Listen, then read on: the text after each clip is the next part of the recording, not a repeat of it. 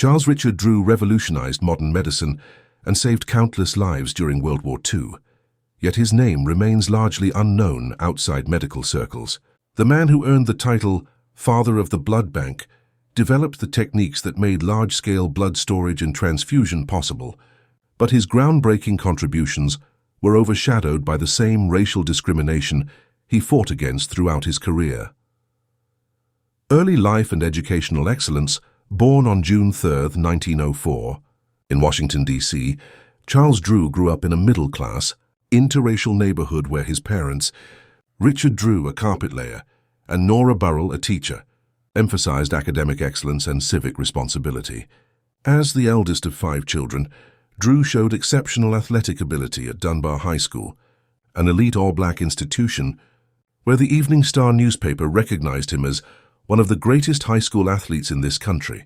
In 1922, Drew's athletic prowess extended across multiple sports, including swimming, where he won several medals during his elementary years, and later expanded to football, basketball, track and field. His achievements in swimming were particularly remarkable given the limited access to facilities for African Americans during that era. At Dunbar High School, Drew distinguished himself not only as an athlete, but also as a student who would later inspire others through his dedication and perseverance. Drew's interest in medicine was sparked by 2 pivotal events: the loss of his sister Elsie to influenza in 1918 and a serious football injury during college that required extended hospitalization. During his recovery, he spent time observing medical procedures from his wheelchair, developing a fascination with the field that would shape his future. This period of observation and reflection transformed an athletic scholarship recipient into a future medical pioneer. Despite graduating from Amherst College in Massachusetts in 1926 as one of only 13 African Americans among 600 students, Drew faced significant racial barriers when applying to medical schools. The racial climate at Amherst exposed him to hostility from opposing teams, and his own football team passed him over as captain his senior year, despite being the team's best athlete. Limited to institutions that accepted black students, he was denied admission to Howard University due to missing humanities credits and placed on Harvard's waitlist. Instead, Drew chose McGill University in Montreal, Canada, renowned for its racial inclusivity, where he would excel beyond expectations. Financial struggles and determination. After graduating from Amherst, Drew didn't have enough money to immediately pursue his medical school dreams. He worked for 2 years as a biology instructor and coach at Morgan College, now Morgan State University, in Baltimore, saving every penny for his future medical education. This period of financial struggle and delayed gratification demonstrated the resilience that would characterize his entire career. When he finally applied to medical schools in 1928, his determination to overcome economic barriers reflected the broader challenges faced by African Americans seeking higher education during the Jim Crow era. Groundbreaking. Research at McGill and Columbia. At McGill University, Drew distinguished himself academically, graduating second in his class in 1933 with both Doctor of Medicine and Master of Surgery degrees. His achievements included receiving a scholarship prize in neuroanatomy, induction into the Alpha Omega Alpha Medical Honor Society, and the prestigious J. Francis Williams Prize. During his surgical residency at Montreal Hospital from 1933 to 1935, Drew began collaborating with bacteriology professor John Beatty on fluid replacement treatments for shock, laying the groundwork for his future innovations. Drew's excellence at McGill was particularly notable given the rigorous standards of Canadian medical education. He won the annual scholarship prize in neuroanatomy by competing against 136 other students, demonstrating his intellectual superiority in one of medicine's most challenging subjects. His election to the Medical Honor Society, Alpha Omega Alpha, represented recognition by his peers and faculty of his exceptional academic performance. Additionally, he served on staff for the McGill Medical Journal, contributing to medical literature even as a student. The J. Francis Williams Prize in Medicine, which Drew won after beating the top 5 students in an examination competition, became legendary within the institution. This achievement highlighted not only his knowledge retention, but also his ability to perform under pressure, a skill that would prove invaluable in his future emergency medicine innovations. In 1938, Drew received a Rockefeller Fellowship to pursue doctoral studies at Columbia University's Presbyterian Hospital under Dr. Alan Whipple. While his white peers gained clinical experience, racial discrimination led to Drew being assigned to work with Dr. John Scudder, who had received grant funding to establish an experimental blood bank. This apparent setback became the foundation for revolutionary medical advances that would benefit humanity for generations. Working with Scudder, Drew developed innovative techniques for processing and preserving blood plasma, discovering that plasma was more stable than whole blood and could be stored for extended periods. His research enabled the development of methods to dry and reconstitute plasma, dramatically extending its storage life from days to months. This work culminated in his 1940 doctoral thesis, Banked Blood, a study in blood preservation, making him the first African American to earn a doctorate in medical science from Columbia University. Revolutionary contributions to blood. Banking Drew's doctoral research examined critical factors affecting blood storage, including anticoagulants, preservatives, container design, and temperature control. His innovative plasma separation methods extended shelf life to 2 months compared to whole blood's limited viability. Plasma, a clear yellow liquid rich in proteins and electrolytes, proved ideal as a blood substitute for treating shock and replacing fluids. Unlike whole blood, plasma had a longer shelf life, resisted deterioration during transport, was compatible with any blood type, and could be administered in various ways. Drew's methodical approach to blood chemistry research involved extensive experimentation with different preservation techniques, storage temperatures, and container materials. He discovered that red blood cells remained largely intact for up to 30 days under proper refrigeration, while hemoglobin levels and oxygen-carrying capacity were preserved throughout the storage period. His research also revealed optimal ratios for anticoagulant solutions and identified the most effective preservative chemicals for maintaining plasma. Quality. The experimental blood bank that Drew created with Scudder ran successfully for 7 months, providing crucial proof-of-concept data for large-scale blood banking operations.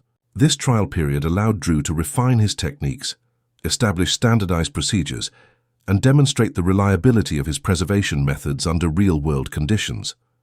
The success of this experimental phase convinced medical authorities of the feasibility of widespread blood banking programs.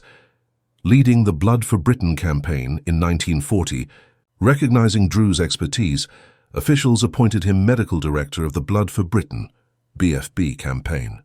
Great Britain, under attack by Germany during the early years of World War II, desperately needed blood and plasma to treat military and civilian casualties.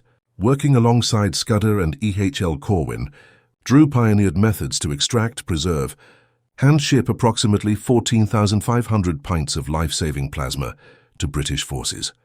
The BFB campaign represented the first large-scale international blood donation effort in history. Drew instituted uniform procedures and standards for collecting blood and processing blood plasma at participating New York hospitals, including Presbyterian and 5 other major medical centers. The process involved separating plasma, using centrifugation and sedimentation, adding merthiolate as an antibacterial agent, conducting rigorous bacterial tests, and diluting with saline before sealing and packing for transatlantic transport. Drew's organizational skills proved as important as his scientific innovations during the BFB campaign. He coordinated donation schedules across multiple hospitals, managed quality control procedures, supervised packaging and shipping logistics, and maintained detailed records of all transactions.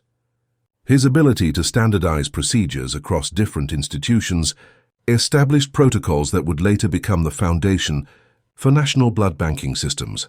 The BFB campaign concluded in January 1941, having successfully collected 14,256 blood donations and shipped over 5,000 liters of plasma saline solution to Britain through the Red Cross.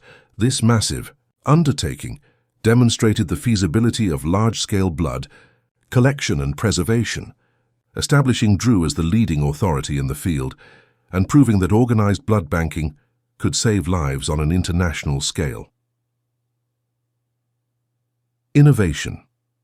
Through bloodmobiles, following the BFB campaign's success, the American Red Cross launched a pilot program in February 1941 to mass-produce dried plasma for military personnel, appointing Drew as assistant director. Drew introduced bloodmobiles, refrigerated mobile blood donation trucks that revolutionized blood collection in public spaces. These innovative vehicles enabled efficient blood collection outside traditional hospital settings, dramatically expanding donor accessibility and collection capacity. The bloodmobile concept addressed a critical logistical challenge in blood collection, bringing donation facilities directly to potential donors rather than requiring donors to travel to hospitals. Drew's mobile units featured refrigeration systems to maintain proper storage temperatures, sterile collection equipment, comfortable seating for donors, and trained medical staff to ensure safe procedures. This innovation made blood donation more convenient and accessible to working people who couldn't take time off to visit hospitals during regular hours. Drew's bloodmobiles established him as a true pioneer, earning him the enduring title Father of the Blood Bank. The vehicles could operate in rural areas, urban neighborhoods, workplaces, and community centers, significantly expanding the donor base beyond traditional hospital visitors. Modern mobile blood collection units, such as OneBlood's Big Red Bus, continue to reflect Drew's innovative approach to community-based blood donation, serving millions of people worldwide. Confronting racial discrimination. Despite Drew's essential contributions to the war effort, the blood collection program was marred by racial discrimination from its inception. In the summer of 1941, when Wanda Douglas, an African-American Social Security Board worker, attempted to donate blood with 9 white co-workers at a Baltimore center, she was turned away. The Red Cross had decided not to accept blood from black donors for military use, fearing that white servicemen would reject black blood, even when their lives were at stake. Douglas and her co-workers left in protest, and her story was later covered by the Baltimore Afro-American, which dubbed the discriminatory treatment Red Cross Jim Crow. According to historian Thomas Guglielmo, this policy served to placate the belief, especially among white Southerners, that black blood was inherently different from and inferior to their own, despite having no scientific basis. The irony of this discrimination was particularly stark, given that Drew himself, the architect of the entire blood banking system, was deemed ineligible to participate in the program he had created. Initially, the Red Cross completely excluded black donors from the military blood program. Under pressure from black newspapers and civil rights leaders including A. Philip Randolph, Walter Francis White, William Henry Hastie, and Mabel Keaton Storpers, the policy was modified on January 29, 1942. The Red Cross began accepting blood from black donors, but maintained strict segregation, labeling and storing African-American blood donations separately from those of whites. Drew's principled opposition and professional achievements, Drew vehemently opposed the blood segregation policy, condemning it as unscientific and discriminatory. He emphasized that plasma was identical, regardless of the donor's race, and that the policy insulted African Americans who were equally eager to contribute to the war effort. Throughout the war, Drew criticized these policies as unscientific and insulting to African Americans, using his scientific credibility to challenge institutional racism. In his 1944 Spingarn Medal acceptance speech, Drew declared, "It is fundamentally wrong for any great nation to willfully discriminate against such a large group of its people. One can say quite truthfully that on the battlefields nobody is very interested in where the plasma comes from when they are hurt. It is unfortunate that such a worthwhile and scientific bit of work should have been hampered by such stupidity." The NACP awarded him this prestigious medal in recognition of his outstanding contributions to medical science and his courageous stand against racial discrimination. Enraged by the program's racist policies, Drew resigned from his position with the American Red Cross in 1942, though the segregation policy remained in effect until 1950. His resignation represented a principled stand against institutional racism, even when it meant leaving the very program he had helped create and sacrificing significant professional opportunities. In 1941, before his resignation, Drew's distinction in his profession was recognized when he became the first African-American surgeon selected to serve as an examiner on the American Board of Surgery. This appointment represented a breakthrough in professional recognition for black physicians and demonstrated Drew's exceptional qualifications despite systemic barriers. His performance on the oral part of the surgical board exam became legendary in medical circles, as he confidently lectured his examiners about fluid balance and shock management.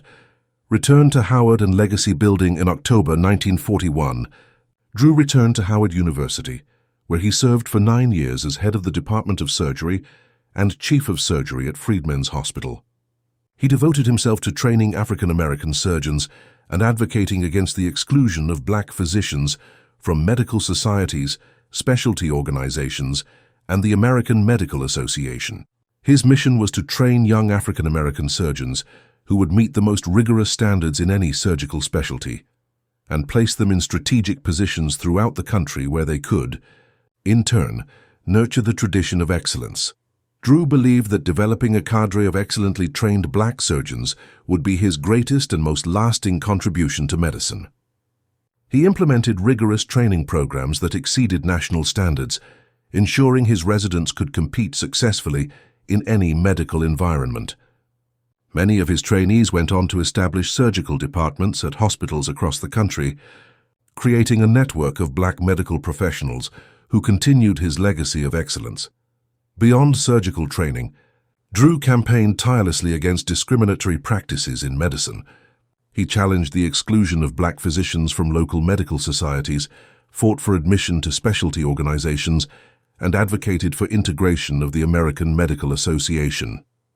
His efforts helped break down barriers that had prevented qualified black doctors from accessing professional development opportunities and specialty training. Drew received several honorary degrees in recognition of his contributions, including an honorary Doctor of Science degree from Virginia State College in 1945 and another from his alma mater Amherst College in 1947. These honors acknowledged not only his scientific achievements, but also his role as a pioneering educator and civil rights advocate within the medical profession. Family, life and personal character. Drew married Minnie Lenore Robbins in 1939, a fellow educator and former Spelman College professor. Their marriage represented a partnership of two accomplished professionals who shared commitments to education and social progress. Minnie provided crucial support during Drew's demanding career, managing family responsibilities while he traveled extensively for medical conferences and research projects. The couple had 4 children together: Bebe, Charlene, Rhea, and Charles Jr. Drew was known as a devoted father who tried to balance his professional obligations with family time, though his groundbreaking work often required long hours and extensive travel. Despite his busy schedule, he made efforts to be present for important family events and to instill in his children the values of education, hard work, and social responsibility that had guided his own life. Colleagues and students remembered Drew as a charismatic teacher and mentor who inspired others through his combination of scientific rigor and moral courage.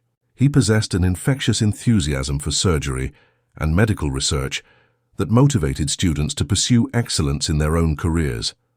His ability to explain complex medical concepts clearly made him an effective educator, while his principled stance on racial issues provided a model of professional integrity.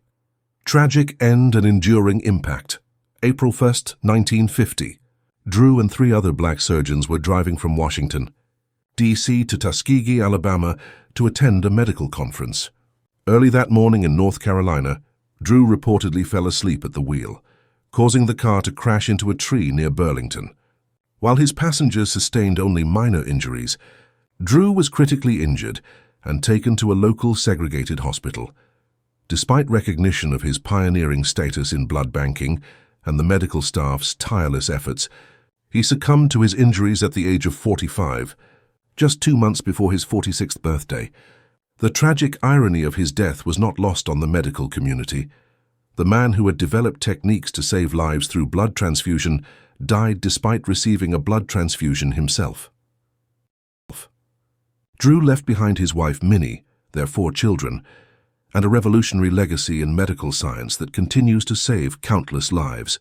His innovations in blood preservation, storage, and collection fundamentally transformed emergency medicine, surgery, and trauma care worldwide. The techniques he pioneered remain the foundation of modern blood banking operations in hospitals and blood centers across the globe. The Hidden History of Medical Innovation. Story of Charles Drew illustrates how systemic racism obscured the contributions of brilliant black scientists and physicians throughout American history. Despite developing the techniques that made modern blood banking possible, Drew's achievements were minimized by the same discriminatory forces he opposed. His principled resignation from the Red Cross, while morally correct, may have reduced his visibility in mainstream historical accounts of medical progress.